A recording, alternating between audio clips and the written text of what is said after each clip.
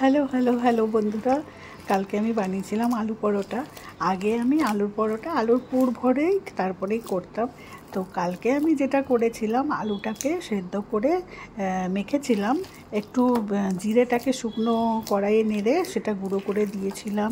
তারপর একটু chilli flakes, মানে ওই পিৎজার সাথে যেগুলো দেয় সেগুলো দিয়ে দিয়েছিলাম 1 প্যাকেট, কারণ আমাদের ঘরে বেশি ঝাল খায় না। আর নুন দিয়েছিলাম, মিষ্টি দিয়েছিলাম আন্দাজ মতো, আর একটু ছাতুও দিয়ে দিয়েছিলাম।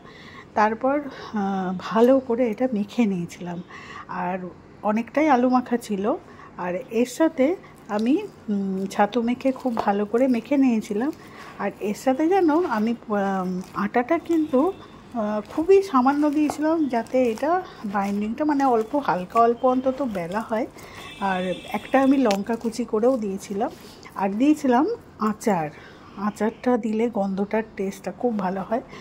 আর এর মধ্যে দিয়েছিলাম আটা, তো যতটা মানে এটা মাখতে লাগবে ততটাই, তার থেকে বেশি না। দেখো আমি ওই 1 বাটি আটা নিয়েছিলাম, তো এইটুকু মানে পুরোটা আমি দিইনি, হাফ বাটির একটু বেশি লেগেছিল।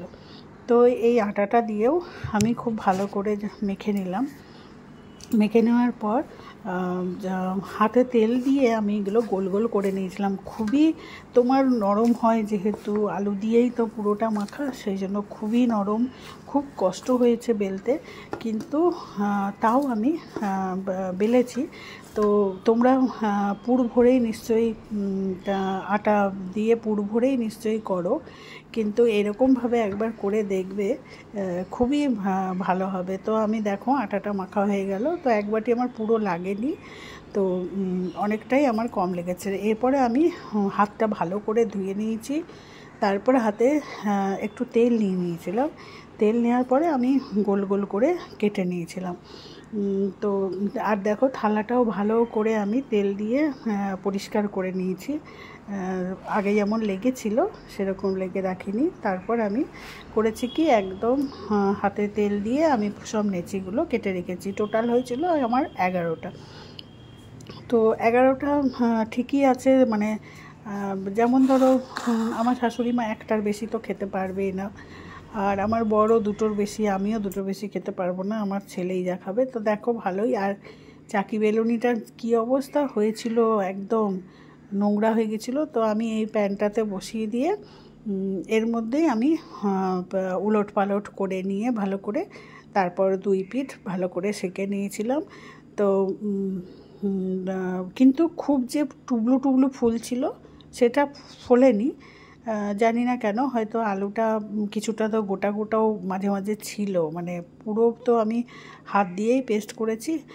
আর দেখো কতটা আটা লেগে গেছে। তো আটাটা যাই হোক এরকম করে ছড়িয়ে নিচ্ছিলাম, আটা দিয়ে না বেললে তো বেলাই যাচ্ছিল না।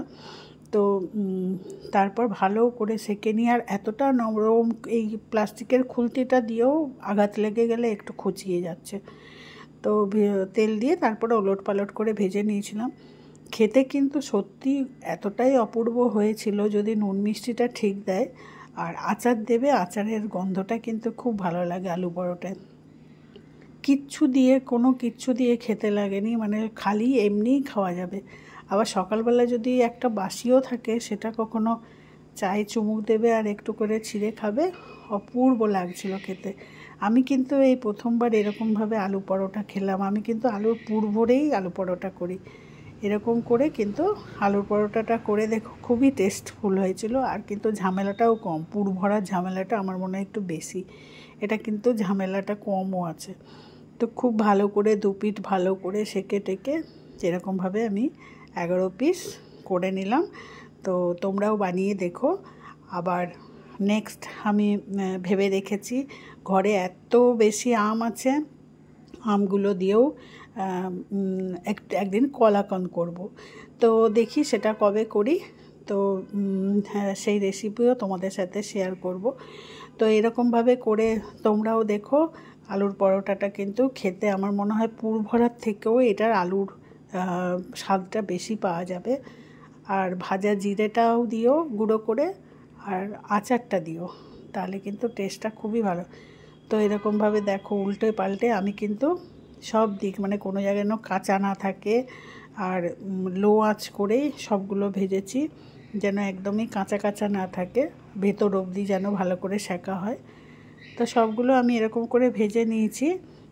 11 পিস আমার হয়েছে, দারুণ টেস্ট হয়েছে। তোমরাও কিন্তু করে দেখো, আমার মনে হয় খুব ভালো লাগবে, তোমাদের ঘরের লোকরা খুশি হয়ে যাবে যে একদম এত সুন্দর ডেইলি নতুন নতুন খাবার আমি করে খাওয়াচ্ছি, কিন্তু আমার নাম তবুও পাচ্ছি না, কিন্তু তোমরা করে খাওয়াবে, তোমরা কিন্তু বাড়ির লোকরা খুব খুশি হয়ে যাবে।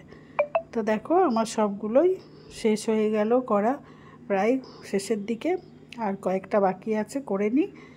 তো যাই হোক, ভিডিওটা তোমাদের যদি ভালো লাগে অবশ্যই লাইক কমেন্ট করবে। তো আমার হয়ে গেল সবগুলো ভাজা, এখন আমার রান্নাঘর পরিষ্কার করতে করতেই জীবন বেরিয়ে যাবে। যাই হোক, এইখানেই শেষ করলাম। ভিডিওটা ভালো লাগলে অবশ্যই লাইক কমেন্ট কিন্তু করো, হ্যাঁ। আর যারা যারা ভাবছো করবে তারা করে ফেলো ঝটপট। আর আমার এগুলো দেখো সব কমপ্লিট হয়ে গেল, কেমন হয়েছে জানাবে।